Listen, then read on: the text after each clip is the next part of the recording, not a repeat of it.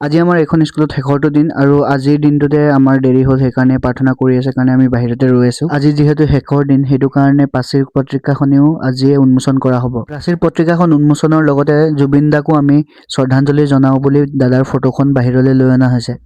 এইফালে ধূপ-চাকিৰ যোগান ধৰা হৈছে আৰু এইখন উন্মোচকৰ গামোচাখন জাপি থকা হৈছে। নমস্কাৰ। প্ৰথমে ৰঙামাটি বাপুজী প্ৰাথমিক বিদ্যালয়ৰ প্ৰধান শিক্ষয়িত্ৰী মহোদয়কে প্ৰমুখ্য কৰি তাৰ পাছত দাদাৰ ফটোৰ আগত হেড বাইদেৱে চাকি এগছি জ্বলাই দাদাক শ্ৰদ্ধাঞ্জলি জনাইছে। এনেকৈ সকলোৱে ধূপ-চাকি জ্বলাই দাদাক আজি শ্ৰদ্ধাঞ্জলি জনোৱা হ'ল। তাৰ পাছত বাইদেৱে আমাৰ প্ৰাচীৰ পত্ৰিকাখনিৰ আগফালে চাকি এগছি জ্বলাই ফিতা কাটি প্ৰাচীৰ পত্ৰিকাখনি উন্মোচন কৰিলে।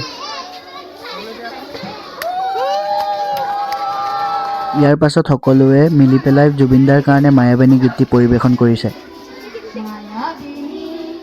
ৰাতিৰ বুকুত দেখা পালো তোমাৰ ছবি ধৰা দিলা দুখনে আনি ইয়াৰ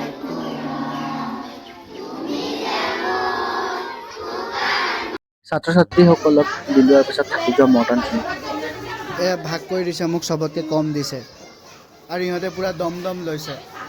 চোৱা মোক এইকেইটা দিছে আৰু ইহঁতে কিমান দম নালাগে। অৱশেষত চাহ চিংৰাহৰ জুতি লৈ পেলাই সকলো নিজৰ নিজৰ ঘৰ মুৱা হ'লোগে।